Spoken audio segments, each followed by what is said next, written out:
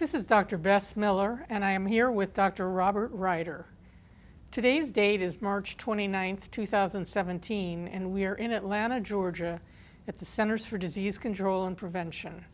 I am interviewing Dr. Ryder as part of the Oral History Project, The Early Years of AIDS, CDC's Response to an Historic Epidemic.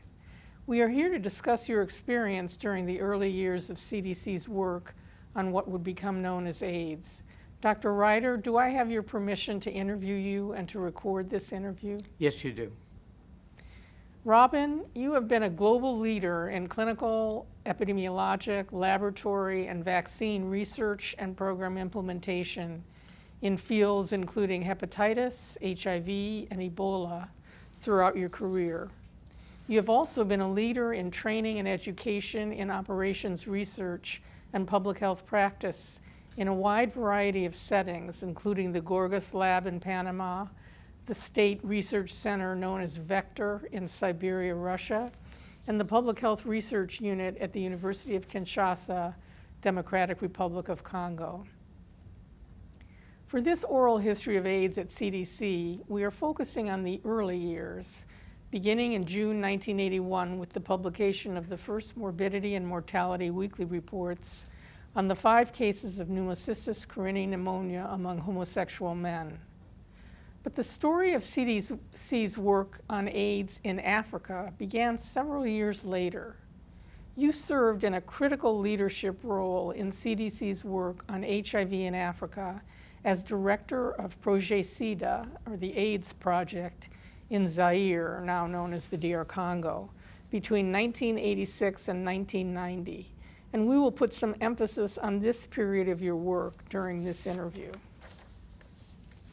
Let's begin with your background. Would you tell me a little bit about where you grew up, your early family life, and then where you went to college? Sure. I grew up in a suburb of Boston and went to Middlebury College in Vermont, and then went on to medical school in New York City at Columbia University. Tell us a little bit more about your childhood. Who or what might have inspired you in terms of future career, future activities? Well, I've thought about this, and it's interesting because the National Park Service has a program now that emphasizes engagement in 4th graders. And in fact, when I was in grade 4, I remember really being very interested in geography and fascination with maps and distant points in the world. That really was dormant for a number of years when I went to college and medical school. But when I first joined CDC as an EIS officer in 1974, I was sent to Bangladesh to work up a very large cholera outbreak. And it was at that time, my first international experience, that I realized the impact that I could have on doing systematic research in areas where systematic research wasn't often done. And in fact, that's been kind of a keynote to my career of using some of the skills that I have in clinical medicine and epidemiology, but not applying them in New York City, applying them in remote areas of the world.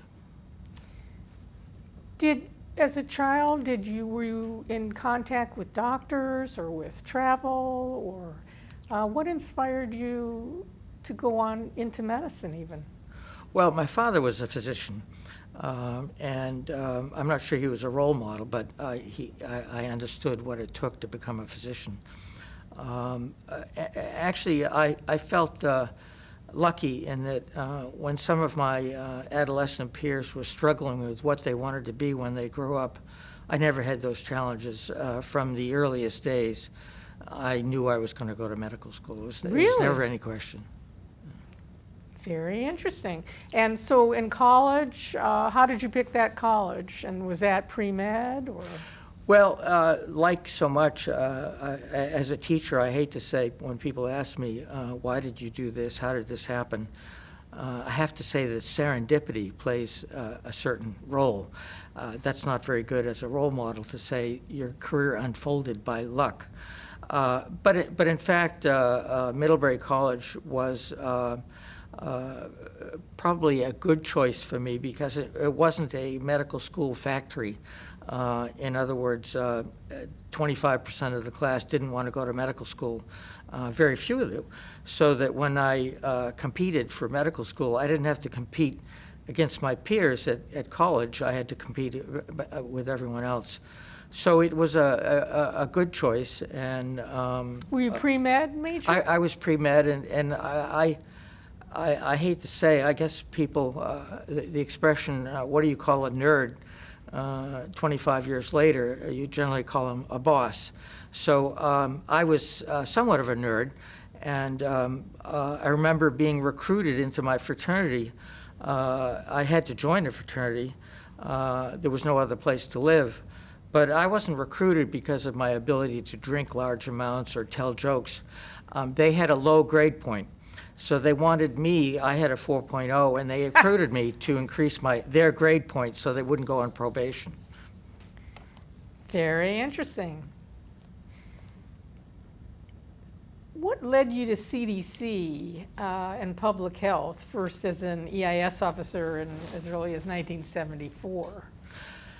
Again, somewhat serendipitously, but when I did my internship and residency training, which was done at Boston City Hospital, one of the very strong programs there was the infectious disease program, run by a giant in infectious disease called Max Finland. Max, I don't think he's a particularly good role model. He slept in the hospital, he ate in the hospital, he worked every minute that he wasn't sleeping or eating. But as a result, he built up a legacy, and Boston City Hospital was one of the premier institutions for infectious disease training. It also happened to occur in the 1970, 72, 73. There was a war going on, the Vietnam War, and I was eligible to be drafted. So a lot of the infectious disease fellows who were the best of the best either went to NIH or CDC. So I really found out about CDC and the EIS because of these infectious disease fellows who had gone to CDC and had joined the EIS. And then CDC fulfilled your, or at least postponed your draft eligibility. We were called the Yellow Berets, and it did give me a deferment. I think that's the wrong word. I was not drafted because of that. And again, I feel very, very lucky because instead of going to Vietnam, I was doing research and publishing papers and was beginning to grow a CV and the start of an academic career. That never could have happened had I not joined CDC and had the opportunity. I remember when I had to come down to CDC, I'd been selected for the EIS, but I had to place. It was a competitive placement, and as many people who see this film will know, that you could either place in Atlanta a CDC job or you could place in a state epidemiology job. And the word among my peers as EIS, early EIS officers, was that if you wanted to publish papers, you shouldn't go to the state, you should stay in Atlanta. But in addition, the more outbreaks you go on, the more opportunities there are for publication, frankly. It sounds a little crass. So I somehow figured this out. I've thought how I did, but I'm glad I did. And I interviewed in enteric diseases, the euphemism for diarrheal disease, the attraction for that was not that I'm interested in loose motion or diarrhea, but there were lots of outbreaks of diarrhea all over the country and all over the world. Again, it sounds maybe a little bit strange, but there was a tradition in the enteric disease branch that almost every outbreak we went out on resulted in a paper.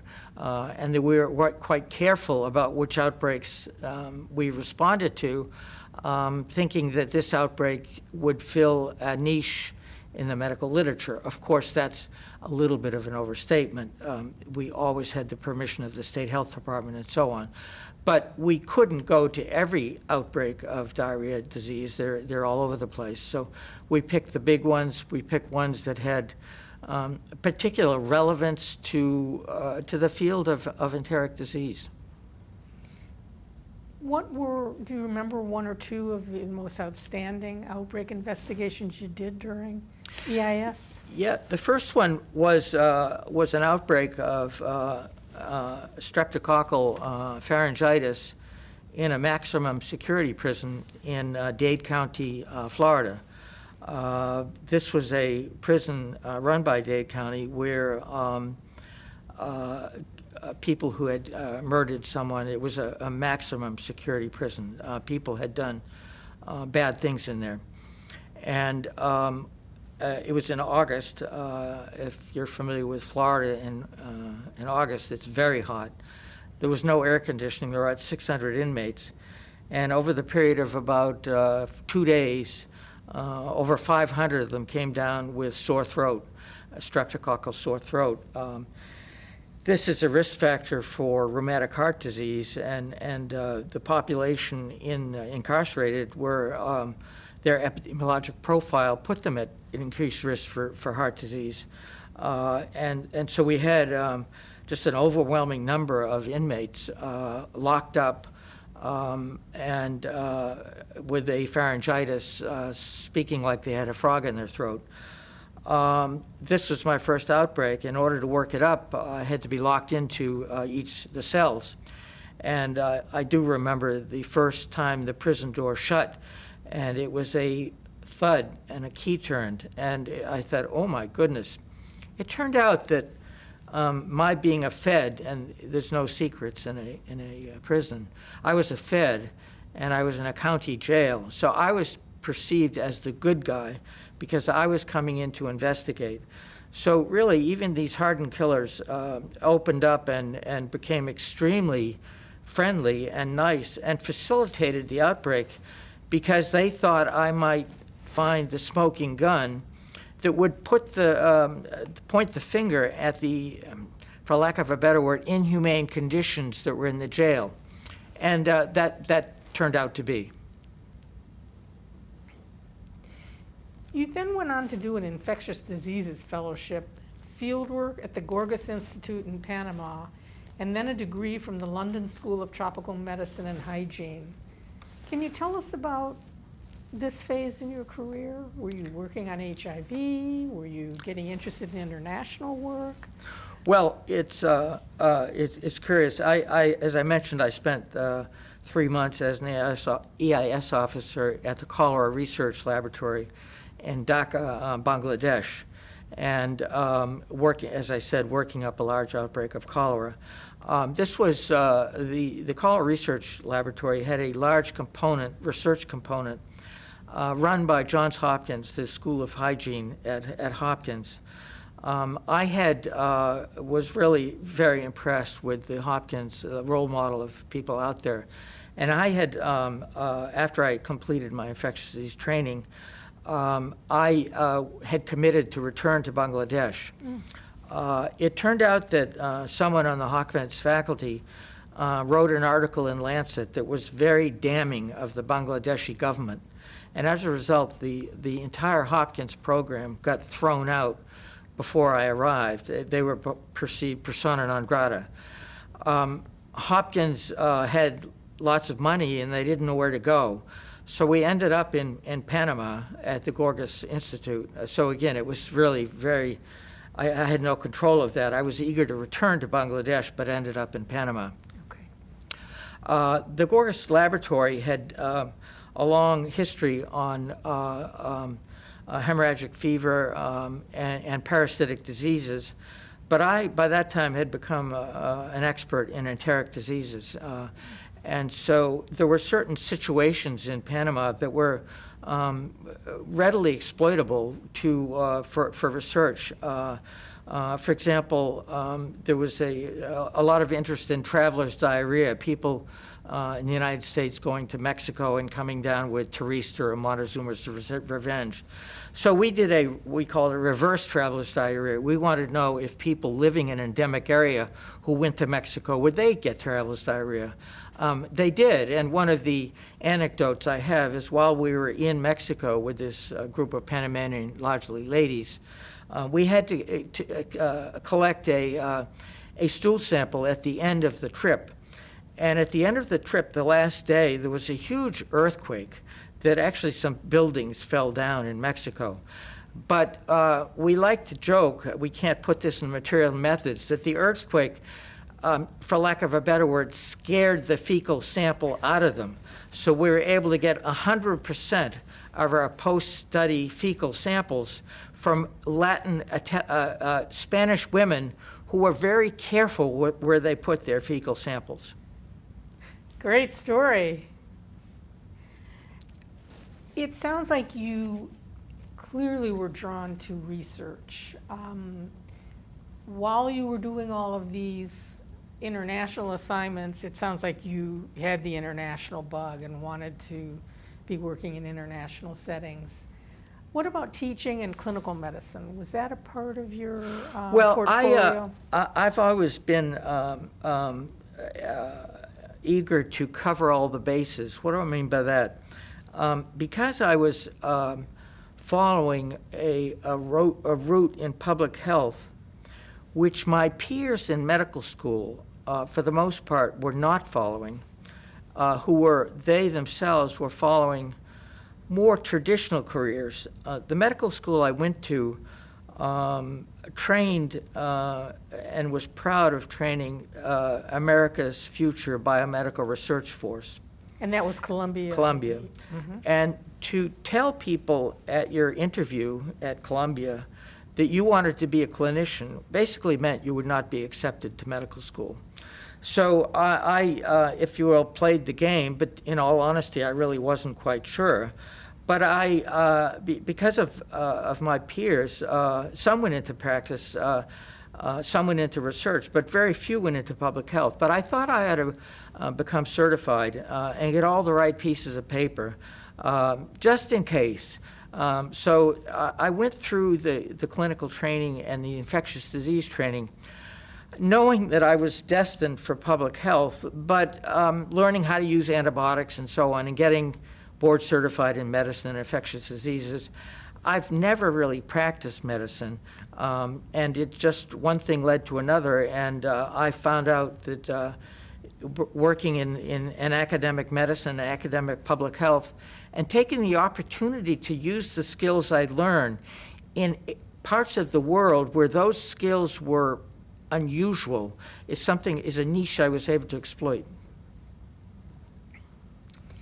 So moving on to Reseda and your arrival. So you arrived in 1986 and you took the position as director of Reseda, located in Kinshasa.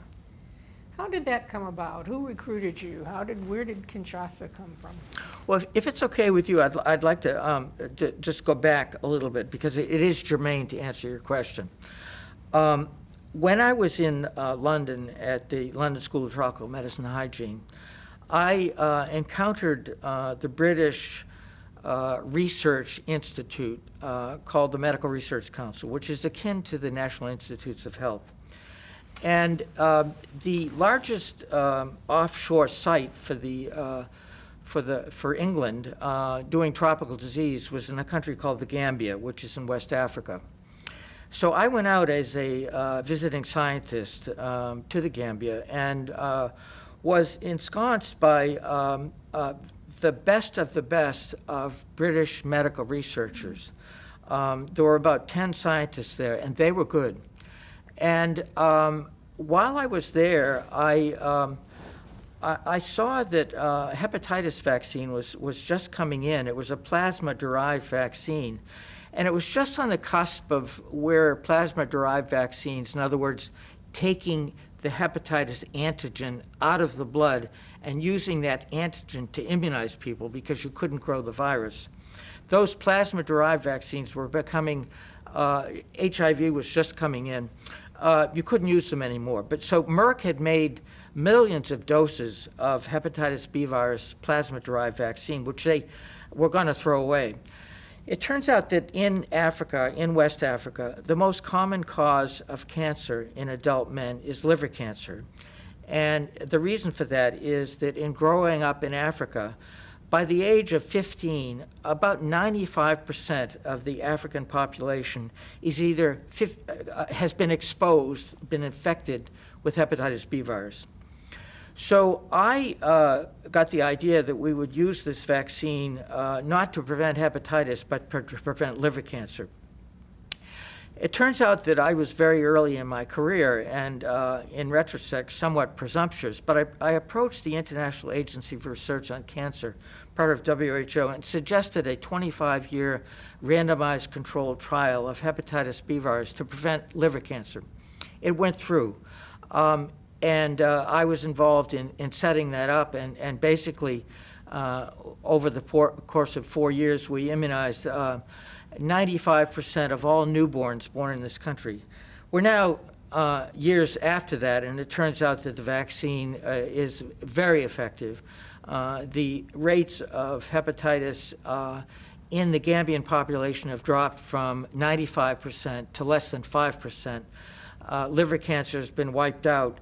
That was a very heady experience. I had to go back in the middle of that because one of my daughters developed something that needed to be treated in the United States. But to get to your I was back in the United States, but had a pretty good pedigree of achievement in Africa, having really worked as the lead scientist in getting this very large study off the ground.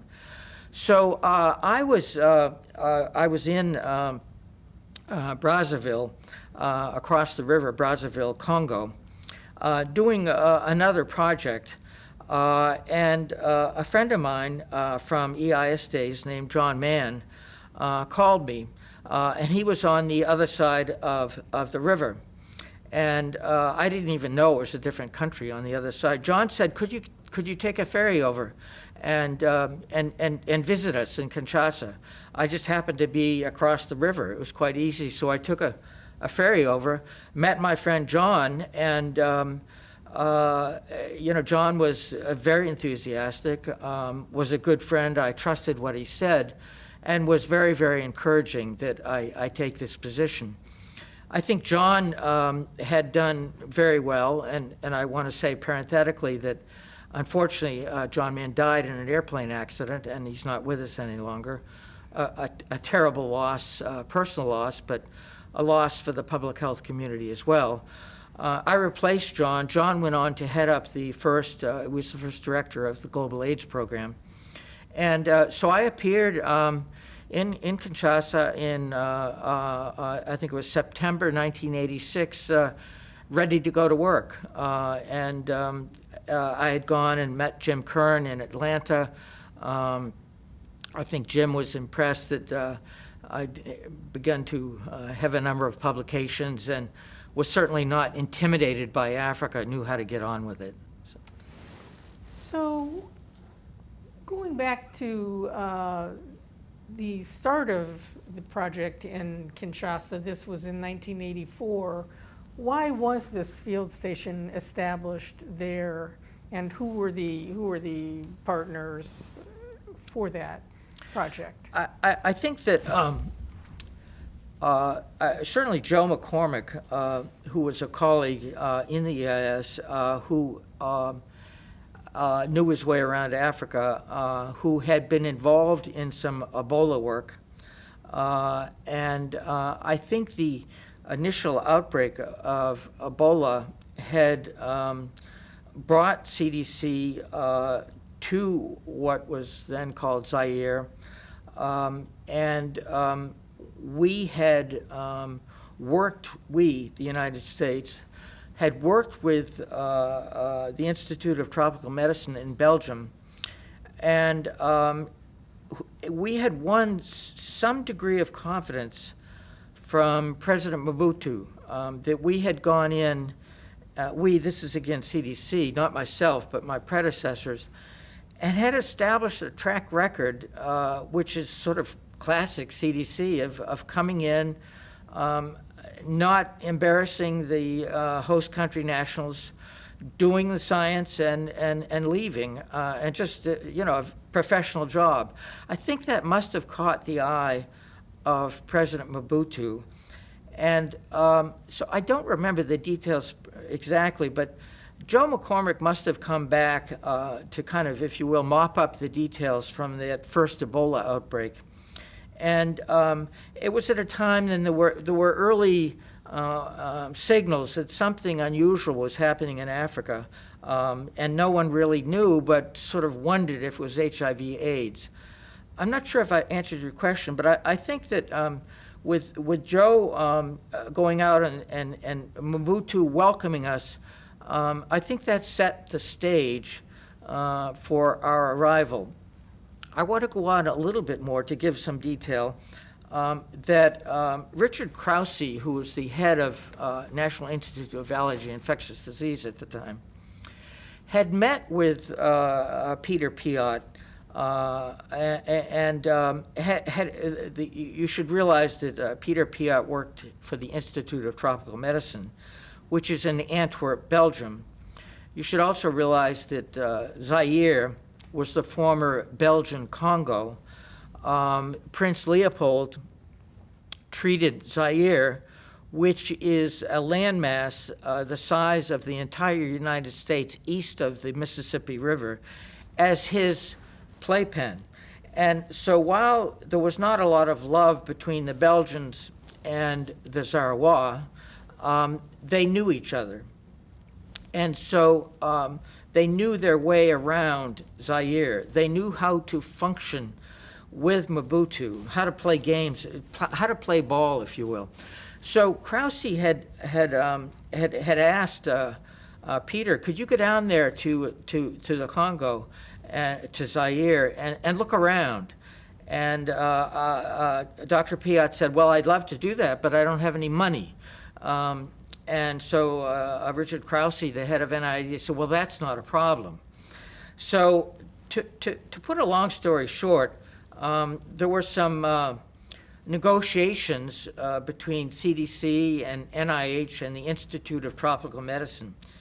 And it ended up that Joe McCormick, Tom Quinn, and Peter Piot landed in Kinshasa in 1981. And I want to bring in the name of a very important person named Baila Kapita. Dr. Kapita was a Zarois, born in Zaire, but trained in Belgium, and trained extremely well, was a very accomplished clinician. He was a cardiologist. He was the first of many Congolese Zarois that I met who were extremely professional and smart and not bullied, if you will, by the government, and didn't fear just calling it how it is. Dr. Kapita met this triumvirate of NIH, CDC, and the Institute of Tropical Medicine, and took them. He was the head of medicine at a facility called Mama Yemo Hospital. Mama Yemo is the name of President Mobutu's mother. He'd named the hospital after her. Dr. Kapita took these three individuals onto the wards of the general internal medicine wards, which were about 60 beds for females and 60 beds for men. And in the space of 2 or 3 hours, the team realized that about 50%, 50%, of the inpatients on both the male and the female ward constituted the WHO AIDS criteria for definition. In other words, this at a time before we had a serologic, we couldn't detect the virus, HIV wasn't known, but we did have a clinical case definition. And 50% of the patients in the adult wards fulfilled this case definition. This was blockbuster stuff. And if Dr. Capita hadn't opened his arms and exposed himself, this is a ward, let's be clear here. It was called Mama Yemo Hospital. It should have been called Mama Yemo Hospice. This was not a house of cure. This was a house of death. This is where people came to die. The curative aspects were very limited because medical supplies, running a hospital, it just wasn't available. This was a hospital for the poorest of the poor. The wealthy people went to a different hospital called Ngaliema Hospital. So we're dealing with spotty electricity, no running water, I'm looking for the word, stretchers that ought to have had 4 wheels but had 3, where there were 2 or 3 beds. When you went in to the wards, you gagged because of the smell. There was no sense of hygiene. That was, Mobutu really didn't want the world to know about that. And so I think some sort of arrangement was made, and there were no photographs taken. And the team of Quinn, McCormick, and Piot were able to publish their results in Lancet. And again, a pattern was set in place that the publication was cleared with the Minister of Health in Kinshasa without any difficulties. The absolute text that went into Lancet was shown. It was read carefully by the ministry. It's not like they didn't read it. And they said, yes, we want that to be published. Dr. Capita was on that article.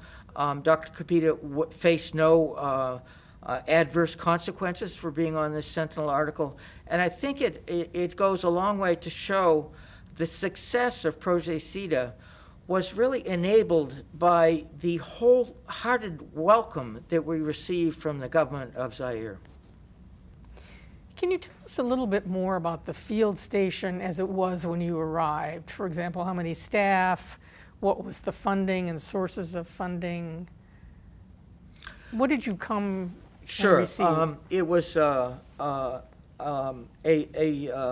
very small site, the office space. It was in a building that had been built by the Belgians a number of years ago. It was, I want to say it was maybe 15 feet by 15 feet, and that included the laboratory. There was 1 air conditioner and a very small space. And when I came, John Mann, my predecessor, had been very conscious to keep the project as low a profile as possible. So John had hired 7 Zarois. And so when I replaced John, I had a staff of 7, and the budget was approximately $300,000 for the year. And John had bent over backwards to say, this project must be low profile. We only have 7 people and we have very little office space, but we can't grow fast and we can't establish an infrastructure that would create jealousy from our host country nationals. We had to immerse ourselves in the Zairean culture, which was to make do with what you have.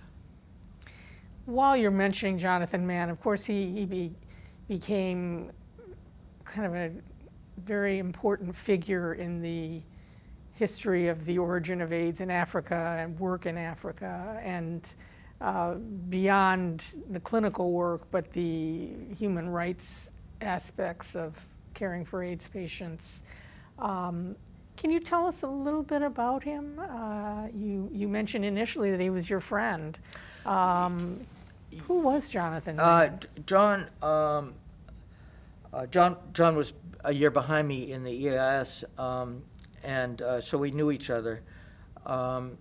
John was a devout Jew and believed very much in his religion and was proud of it.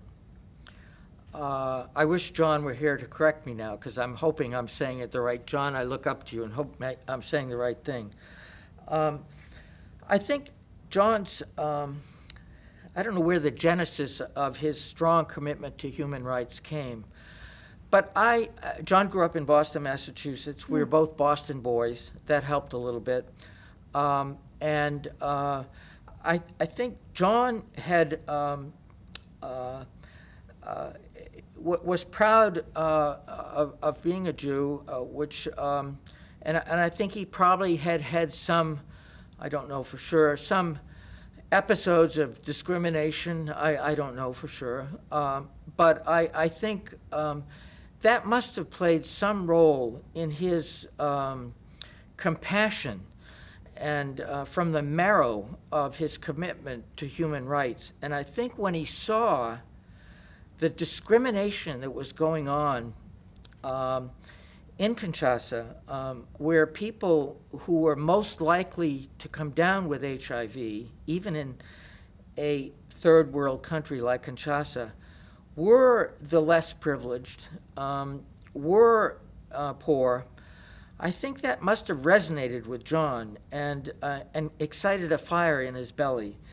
And while John was key in some of those early publications that put HIV/AIDS on the map in Africa, I believe if John were looking down now, I think John would be most proud of the fact that he was enabled to begin to proselytize, to champion the human rights, the lack of the disempowerment of HIV-positive people. I think that's where it came from. He didn't show that much in Kinshasa because his mission was a biomedical mission. It was to document the serious role that HIV was playing in the health of the Zairean people. I think when he got to Geneva and he saw the larger world, that's where the human rights thing really took off. And I think I think the world owes an enormous debt to John's focus on human rights around HIV.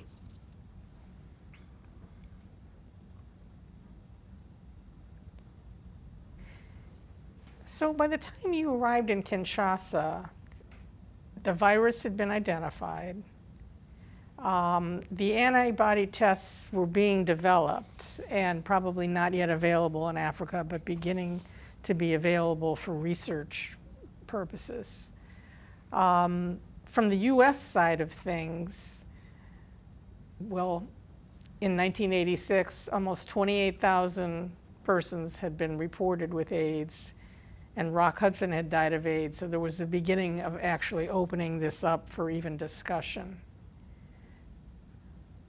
What about in Zaire at that time? Was there any kind of surveillance for this new question disease? How did the Zairean Ministry of Health respond as you were just getting there? I think there certainly was a medical community in Kinshasa, and a lot of the physicians had received some sort of training in Belgium and were practicing Western medicine. I think when I arrived, there was little comprehension of HIV/AIDS as a major health problem. There was absolutely no surveillance. I think that John Mann, in his studies, looked to document that HIV was there, but in terms of surveillance of the general population, of establishing the burden of disease in the general population, those studies were to come later because those studies could be perceived as inflammatory, as politically sensitive, when a group of Americans comes in and shows that somewhere between 4 and 8% of the general population is HIV positive, that's destabilizing, and President Mobutu would probably not have agreed to those kinds of studies. It was a gradual buildup that showed that in the hospital, this confined population, AIDS was a big problem. And expanding beyond the hospital, that's something that I took on. John had done the initial work, which was all hospital-based, pretty much. And then because he sensitized the medical community that this was a problem, Dr. Kapita, again, the cardiologist, a pillar of the Zairean medical community, head of the Kinshasa Medical Association, a very respected person who was known to speak his own mind. This is a noble figure, on the same level, I would say, as Kofi Annan, just a presence. And when he speaks, charismatic, no one doubts him. The fact that Dr. Kapita was behind us every step of the way, who was coaching us, don't do this, do this. He was really he's the godfather of the project, but he kept us, I don't want to say in check, but he made sure we didn't shoot ourselves in the foot.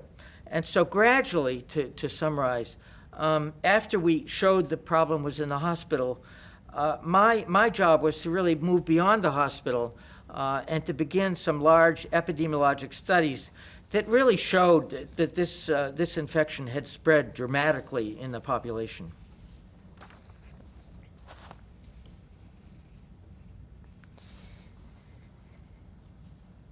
Well, I think they were very fortunate in the fact that you brought such a strong academic background to the project. And I'd be interested in hearing about some of the specific studies that you were involved in and the thinking as to why these particular areas were the highest priority for you. For example, I know you were involved in looking at the prevalence of infection with HIV virus over the 10-year period in rural Zaire, where they had the blood from the Ebola investigation and then 10 years later looked at that. That was an early publication in the New England Journal. Can you mention that? Yes, this was a very important publication. I don't want to get off the subject, but for people who are listening now and in the future, I think it's very important that people realize that all of the dialogue went on in French. There was no English in Kinshasa. And I think for students in the future who listen to this, I think a facility in French or Spanish or Russian, whatever, is extremely important. And I had gone to a quick study French school, but everything I did was in French. So I just want to say that if people are interested in international health in developing countries, one has to have some language skills. Having said that, the study that, and again, the first author on that paper is Nzila Nzambi, which shows that we were always putting the Zairwa in front. This was not an attempt to fatten the CV of an American scientist. This was an attempt to build up infrastructure and to make sure that we induced a nationalistic pride in the project, that this was a Congolese project, this was a Zairwa project, that the Zaire, President Mobutu had gotten lots of bad press, and here it was, they're standing out above Kenya, above Ghana, that they're the ones that are drawing global attention to this public health tragedy, not disguising it, saying, come, give us your, help us define this outbreak. And I think this is really something that Zaire should get a lot of credit for. Let me go back, though. During the outbreak of Ebola, a lot of blood samples were collected and taken back to CDC. what we call a blood bank, a serum bank. And they were frozen away in the Revcos at CDC, where the temperature always stays just where it should. This kind of collection of systematically collected blood samples, which have been, the biological integrity of the samples has been maintained, is rare in Africa because of power outages. They usually unthaw and become useless. So this group of samples from Ebola, collected at a time before HIV was known, collected in rural Zaire, became a very important repository. So early on when I was there, my colleague Kevin DeCock went up to the same area where the Ebola outbreak and used the same systematic sampling that was used to collect the samples, but this was a 10-year hiatus. And so those samples were collected and were brought back to Kinshasa.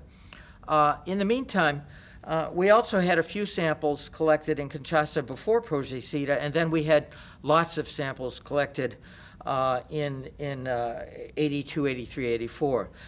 What's important about these samples, if you look at the prevalence of HIV at the time of the first Ebola outbreak, the prevalence in the rural area of Zaire was 0.6, less than 1%. This is in, I don't know the exact dates, but it was in the 1979, before HIV was known. The prevalence in Kinshasa at that time was also 0.6. The prevalence of HIV 10 years later, when we went back up in the rural area, was 0.6. It hadn't changed. The prevalence in Kinshasa 10 years later was 6.0. There was something about living in Kinshasa compared to living in the bush that had led to this tenfold increase in HIV. We now know it has to do with lifestyle changes and all of the risk factors that we know about HIV, but this was very early evidence that HIV was in the African bush. It was present before we knew about AIDS, and 10 years later it was the same, even though in that 10-year period of time the HIV had become a pandemic around the world. And it was the urban, if you will, incubator that led to this increase, and that was a very important observation. Can you say a little bit more about, this in many ways goes back to the discussions of the origin of AIDS and the origin of the pandemic of AIDS. Can you say a little bit more about Kinshasa and some of the lifestyle issues and later determined probable risk factors for escalating this? Sure. Kinshasa is really an overgrown village. It's a city of 14 million people, 14 million, and it covers a very large landmass. The Belgians had enabled, it was called Stanleyville, and it had developed into quite a sophisticated city with water distribution, electricity from the Shaba Dam. It was, if you will, more advanced than some of the other megalopolises in Africa.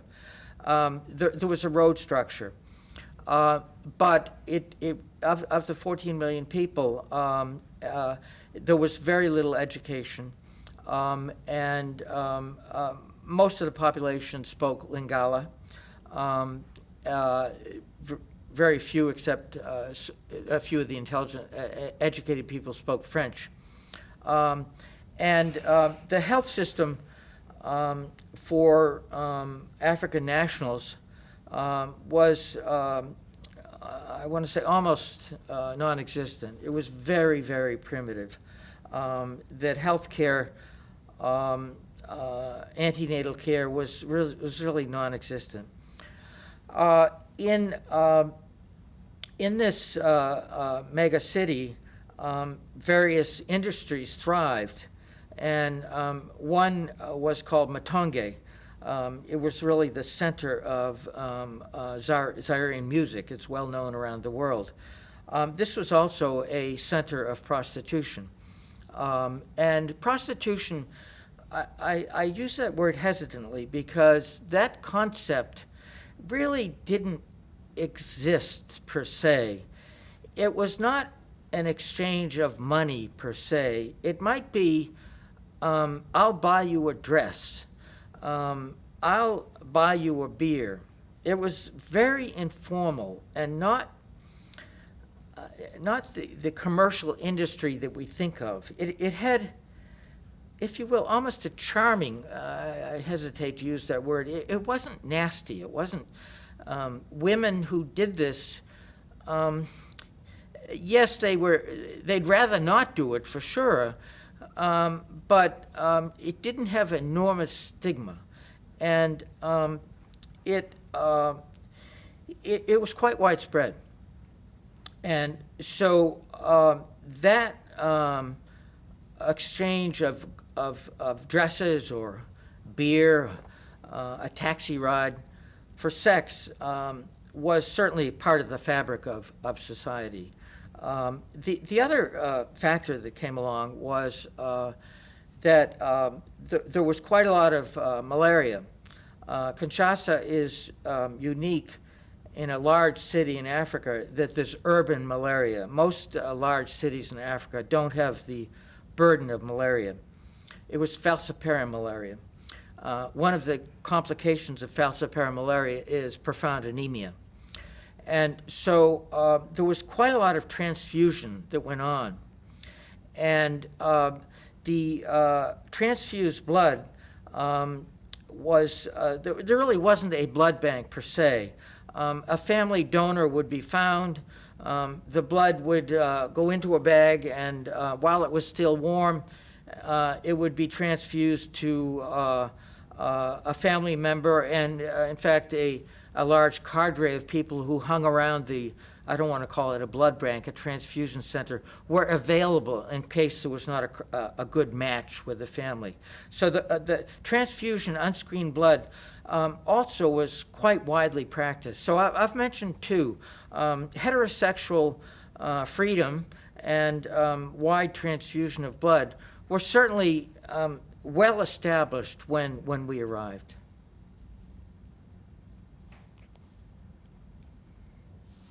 You did some seminal work on perinatal transmission, and that too was published in the New England Journal. Can you tell us a little bit about that study, that whole area that you were investigating? It was known that there was such a thing as perinatal transmission, but these were early days for that.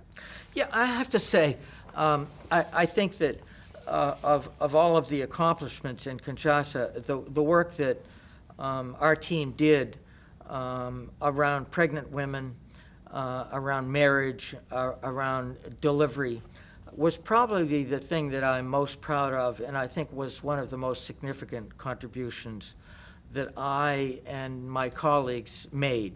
I think that's really the most important work that came. Basically, just before I left to come to the Congo, I'd been involved in a project on looking at toxoplasmosis in pregnant women, and had set up a study to look at that in Massachusetts with the State Health Department. I was into perinatal infections, and so when I came to Kinshasa, I hit the ground running. This was something I was going to do. And probably within a week, I'd been there. I'd been into the delivery room at Mamiemo Hospital.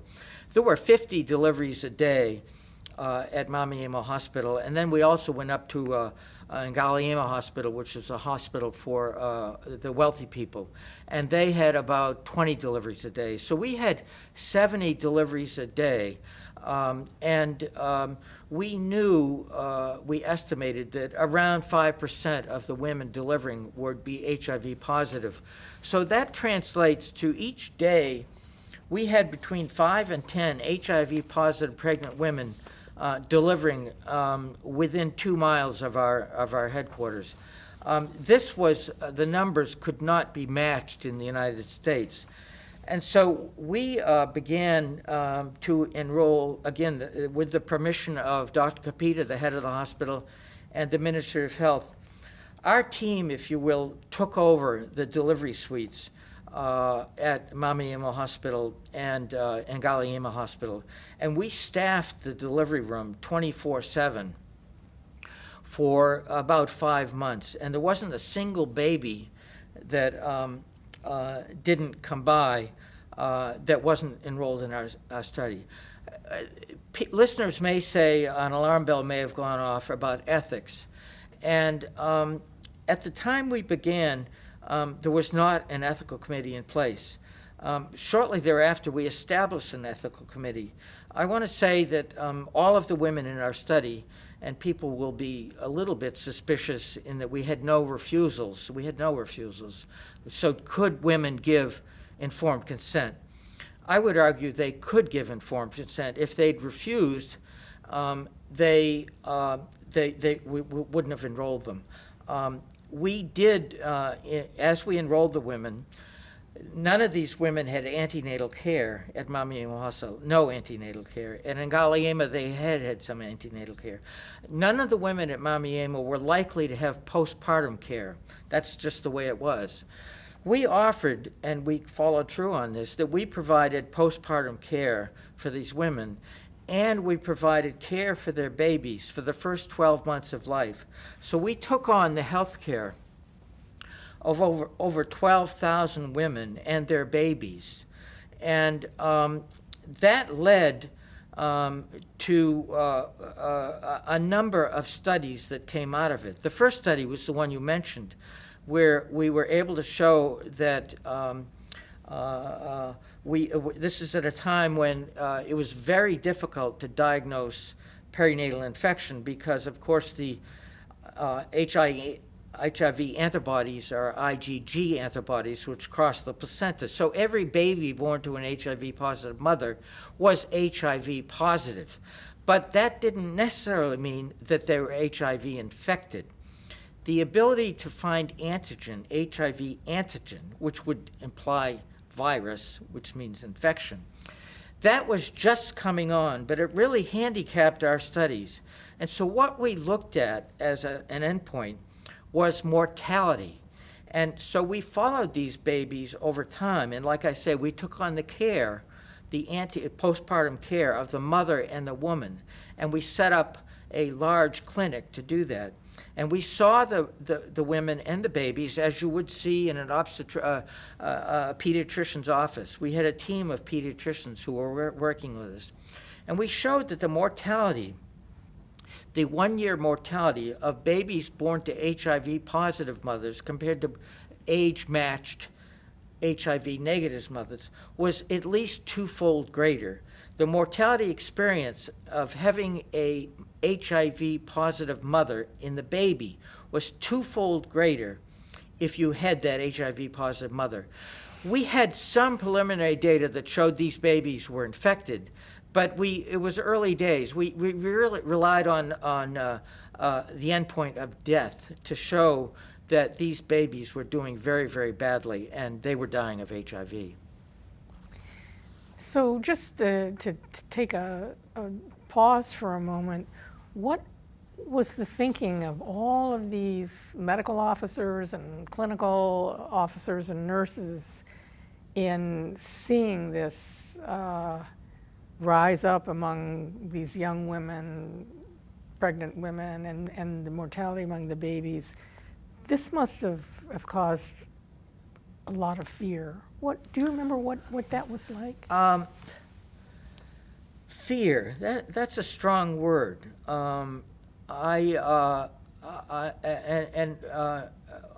of us were callous about this. We were aware of needle stick injuries. I do want to say that along the way, one of the early studies we did was to look at the HIV prevalence in hospital employees at Mamiemo Hospital. And we broke these employees into various levels of exposure to blood. Now, mind you, needles were not reused, but gloves were non-existent. And so some of the precautions, all of the precautions that are in place now, very few of them were in place then.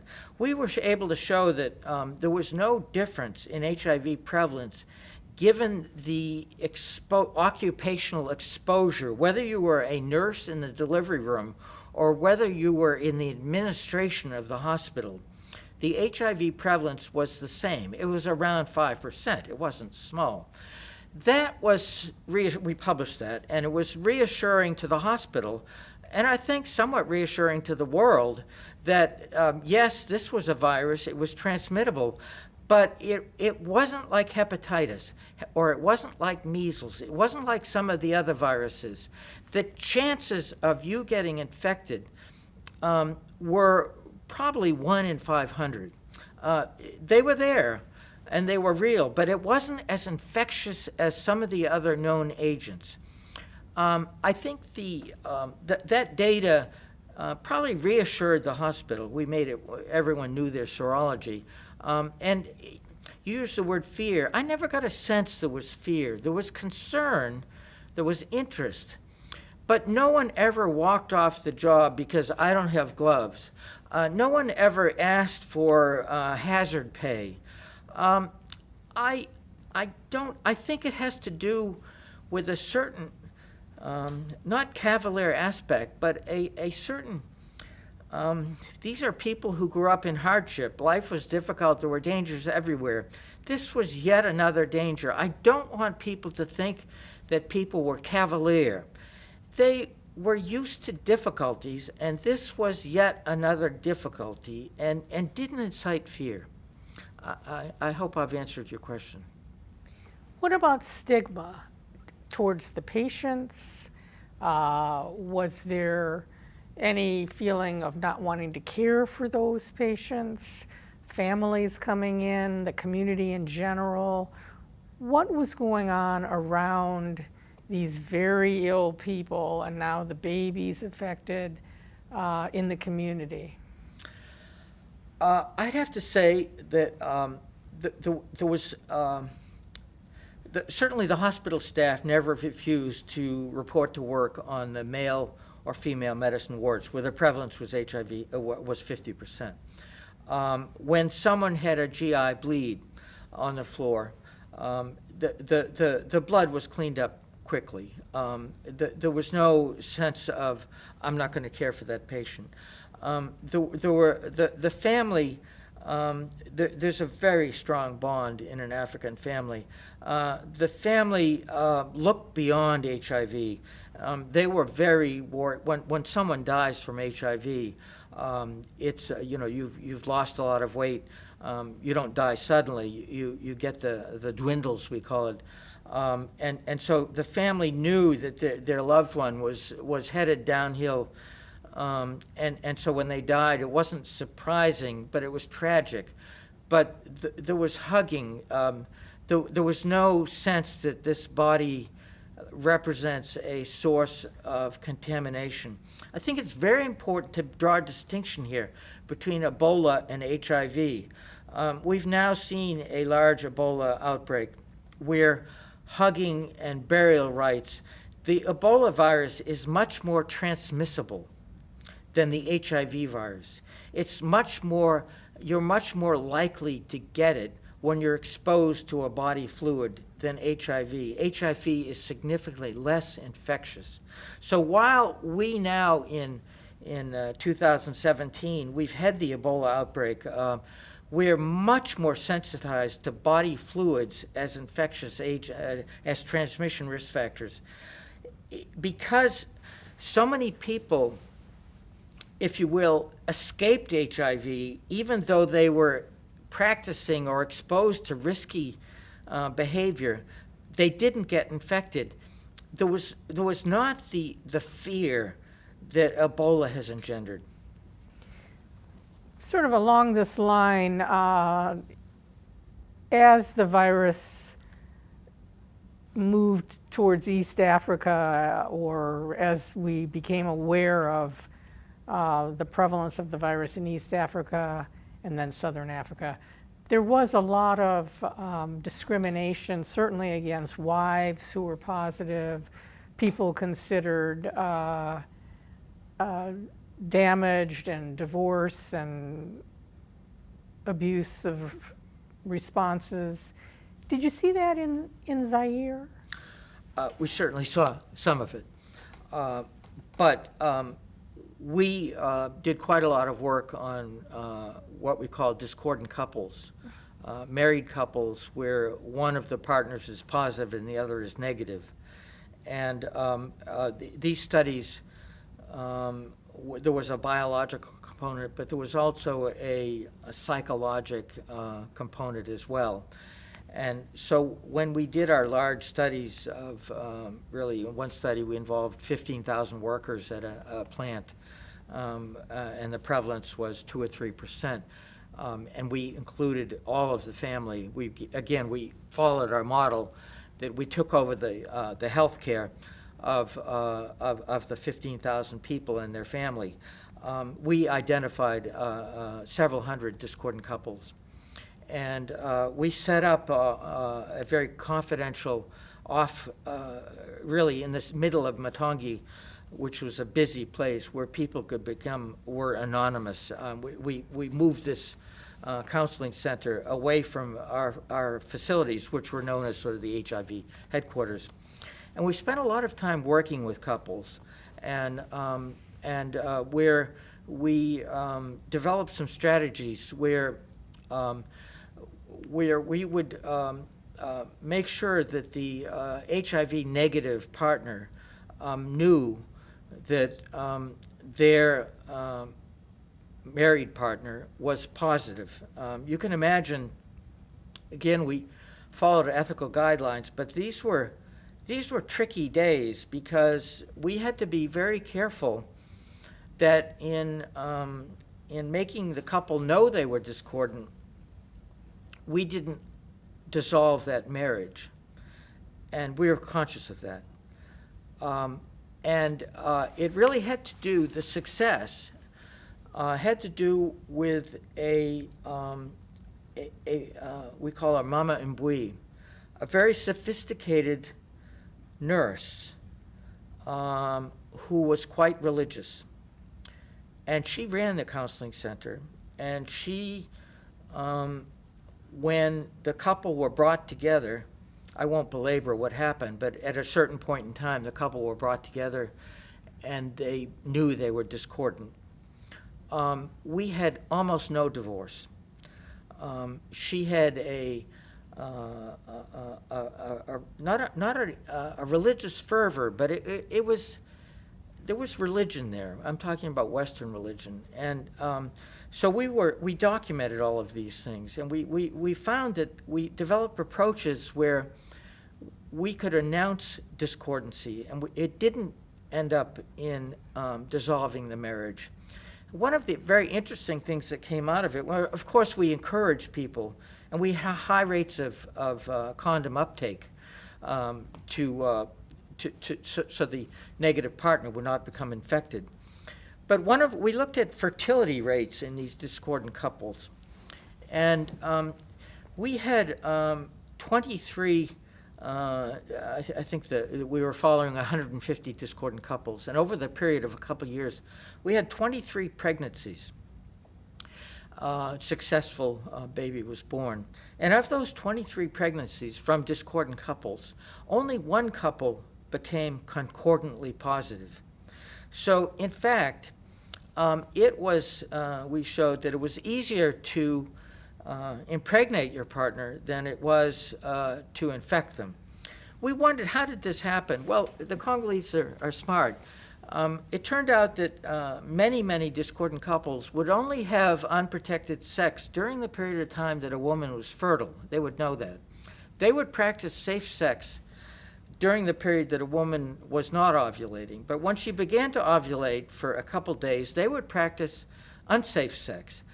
And they, by and large, because having a baby, of course, in an African couple, if they don't have babies, that's very big reason for divorce if your wife doesn't produce babies.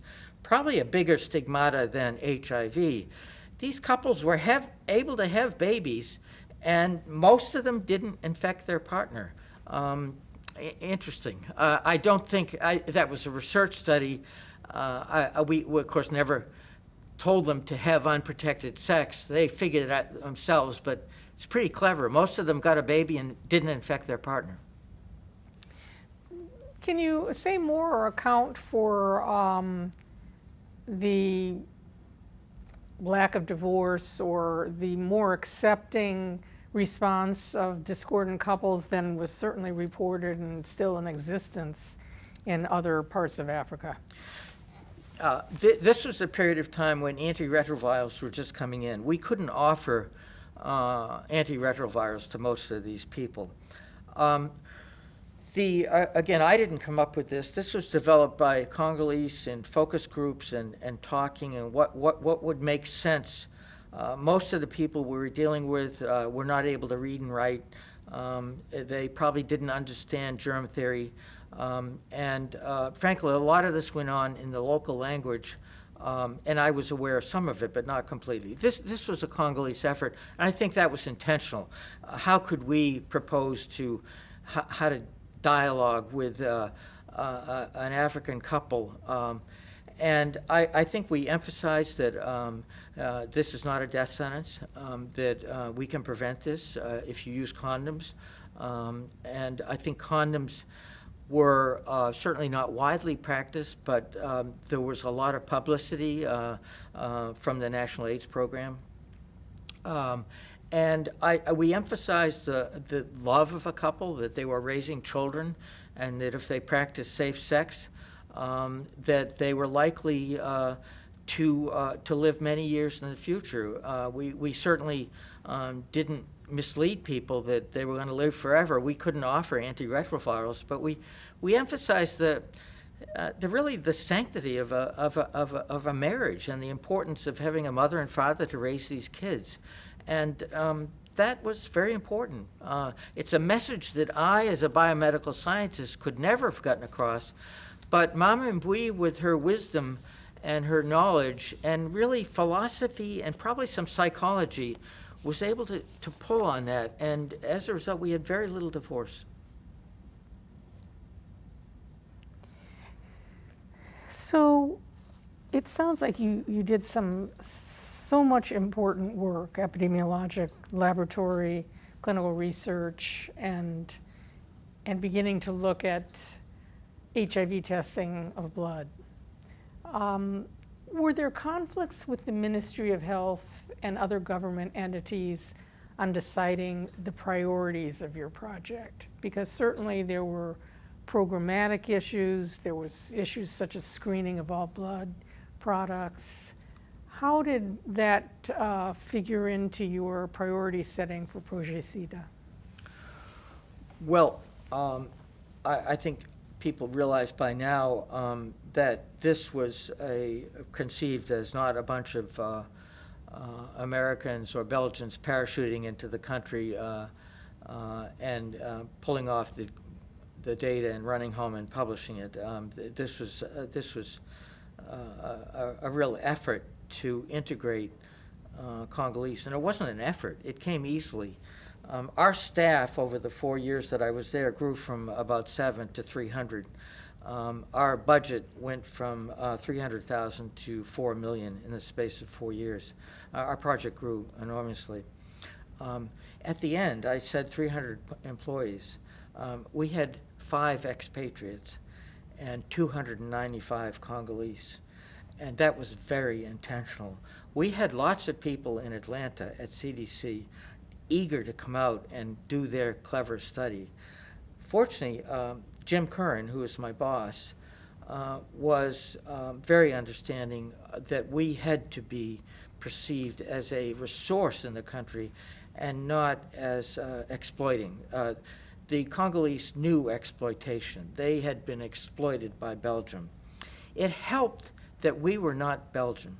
The U.S. has never colonized in Africa, and that was pointed out to me over and over again, that you were colonized by the British, but you did not colonize the way the Belgians did. It helped to be American. We had a Belgian component, but it helped that we were not perceived, and we played that up.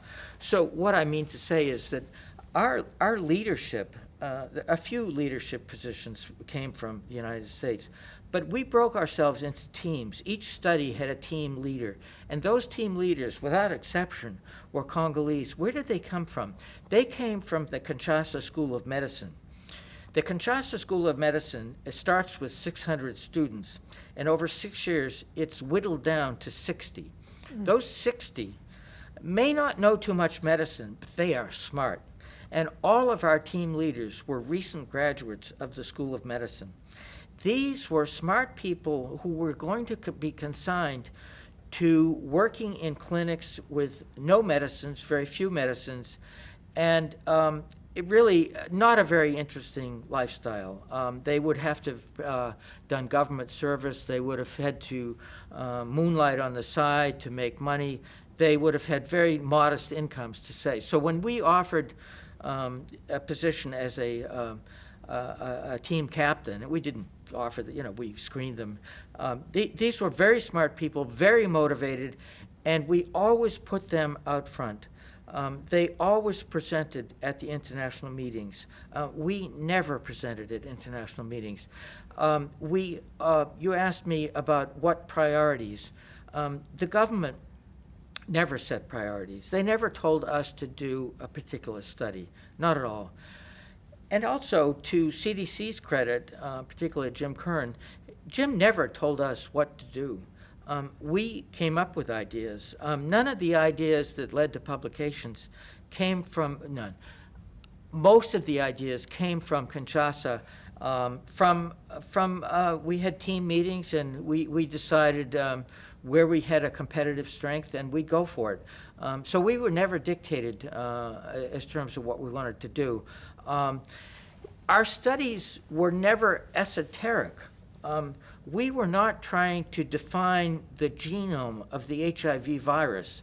We were trying to define how to protect heterosexual couples.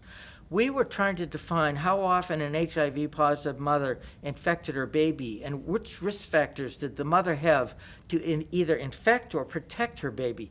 These were pieces of data which could be readily incorporated into a public health message on the part of the Ministry of Health. That was never lost on us, and it was never lost on the ministry. We weren't publishing in Nature or Science. We were publishing in clinical and epidemiologic journals, and the consumers of our data were the local medical and public health authorities. They were helped by our data. And I think that's why we had pretty much of a free rein. We were not looking at esoteric things. You were working in a sort of a close, intimate setting and collaborating with the Zarwa, and that sounds like that was excellent. And then you had the Belgian Institute of Tropical Medicine and NIH. Can you say a little bit about how that went? Were there conflicts between agencies? Were there building on each other's strengths? What was that like? Well, there was certainly building on each other's strengths because NIH ran the laboratory, and I can say I never did a single lab test in the whole time I was there. So we certainly were building on each other's strengths there. I think when you look at the expertise of the various agencies, CDC, in large part because of the Epidemic Intelligence Service, has a world-famous track record in epidemiology studies, and we were part of that. NIH has a world-class expertise in how viruses work, how they multiply, what distinguishes virulence from non-virulence. The Belgians were very interested in the clinical aspects of HIV. I think that, I don't want to sound egotistical, but for me, for CDC, this was an epidemiologic heaven. we were able to do large studies answering important epidemiology, just a dream for an epidemiologist.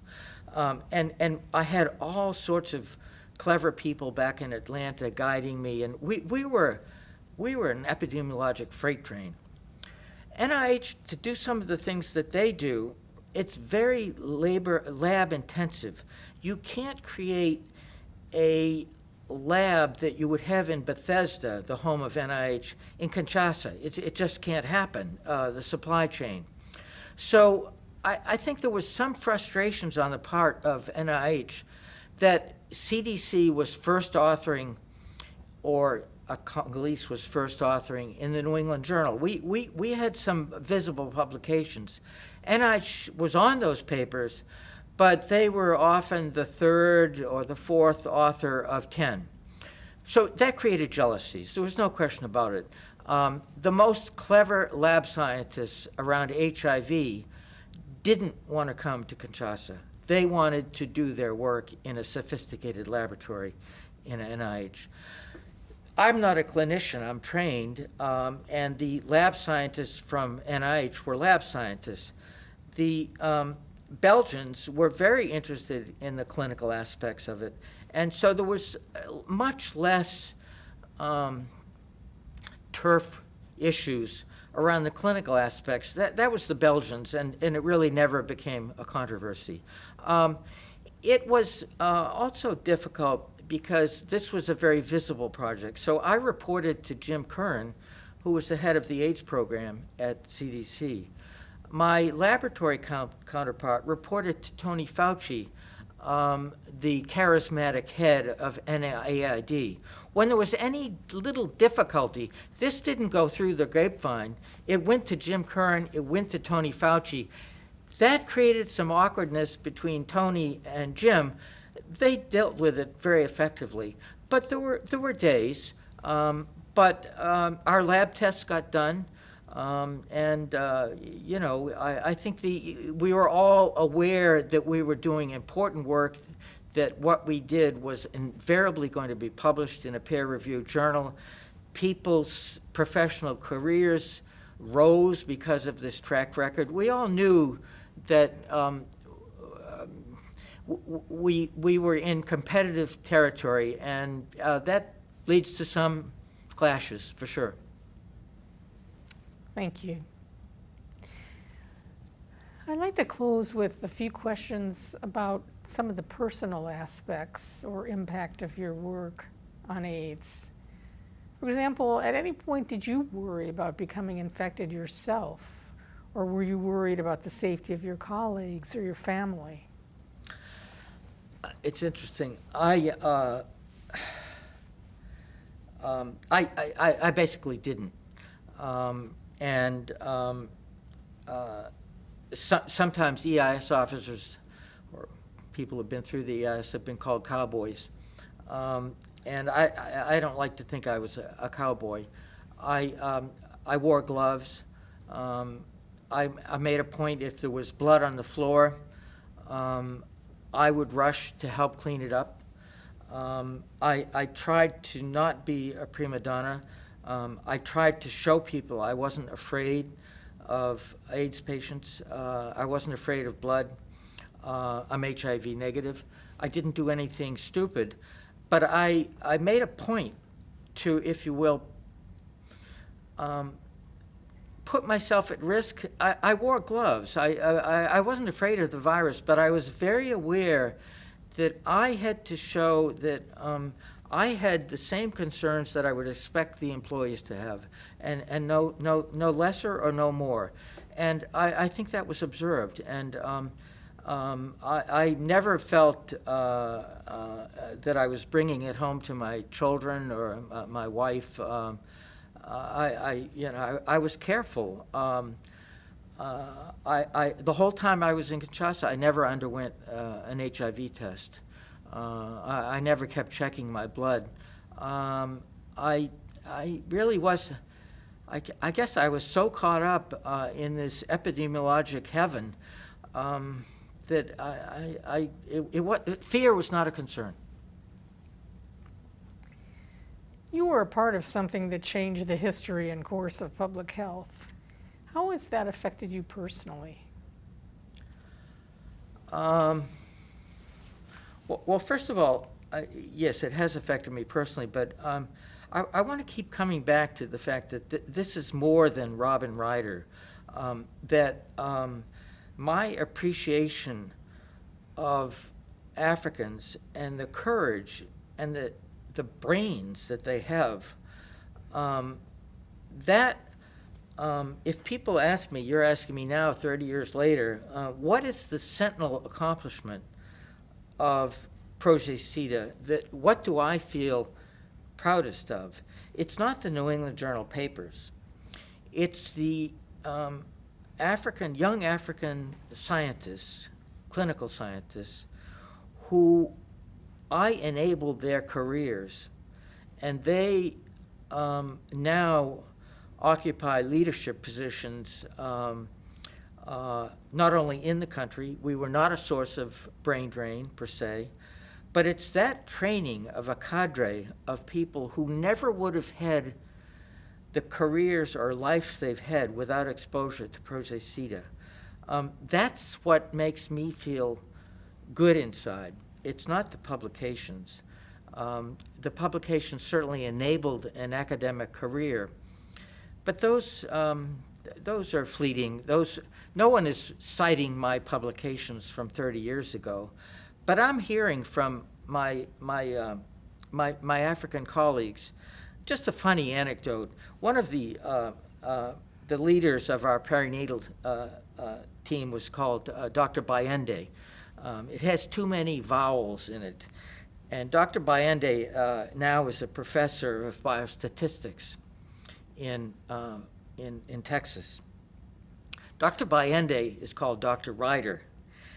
Dr. Bayende, because his name couldn't be pronounced by Americans, decided that he wouldn't plague his children with the name Bayende. He changed his family name to Ryder. And so we had a family reunion a few years ago. There's quite a few Ryders. And Dr. Ryder Bayende came. It's just, I feel kind of funny he's now got an Anglo name. But it certainly, I'm happy for him he wanted to do that. I think that says the gratification I've got out of this, of just developing an extreme appreciation for the Africans that worked in the project. What impact do you think this had on your subsequent professional work? Did you end up continuing to work on AIDS? You moved on to many other things, I know. When I returned to the United States, we left the year after I left the project. The Zaire fell. The President Mobutu died. I was very fortunate. I had all of my data on tapes, and so I spent 2.5 years after I was back, basically analyzing data and writing it up and publishing the papers that were published. I came back to New York, and the epidemiologic opportunities in New York City were so modest compared to what I had in Congo. And there was quite a lot of turf had been set up. I opted to not jump into that. And really moved to some other areas. So I have very few HIV publications from the United States. Most of them are from Africa. It was intentional. I just felt, after you screen 12,000 women who have a prevalence of 5%, and the numbers are so big, and to show that, my hospital, I saw 30 HIV positive women over 5 years. It just didn't really resonate with me. So I kind of moved on and closed that. I stayed in infectious diseases. I came back to, after we all got evacuated, I came back to the Congo. It was then the Congo in 2001, and started up again. But it really wasn't an HIV project. We were looking at stillbirths. We were looking at, again, an emphasis on maternal and child health, but not HIV. That was it couldn't be recreated. I closed that chapter. Any closing thoughts? This has been an amazing interview. Well, I think the gratitude I've showed to the Congolese, but I also, this is about the history of CDC. I feel that our team was able to be as successful as we were. We were pretty much, we didn't have email. The telephone rarely worked. We were isolated out here, and we did not report to Clifton Road very often. And Clifton Road couldn't get to us very often. And so we thrived, and we did not have the layers of bureaucracy, which I understand are necessary, but they might have impeded our success. And I don't think we're ever going to turn the clock back on. We now have biosecurity. We have a lot of issues that we have to confront. But there was a golden window there that we were able to exploit our isolation. And to the advantage of our scientific accomplishments, I think that being let loose will not happen again. And I feel very blessed about that. I do think one of the accomplishments that I want people to realize is that we did set up the first ethical review committee in Kinshasa, and that ethical review committee continues. The first chair of that IRB was Baila Kapita, and we followed, it was constituted along NIH guidelines. We followed the letter of the law. It was extremely rewarding to see non-paid African Zawa professionals reviewing the protocols, not being paid, taking time out of their practices, getting into all of the important issues without a lot of people breathing down their neck from IRBs in the United States. They knew what to do, and I think that's another important legacy. That even in this corrupt Mobutu atmosphere, ethics and a serious approach to it was possible, and was welcomed, and wasn't treated as some American thing. That they respected our efforts to make sure that what we did was ethical, and I haven't lost that detail either. Thank you so much. Thanks.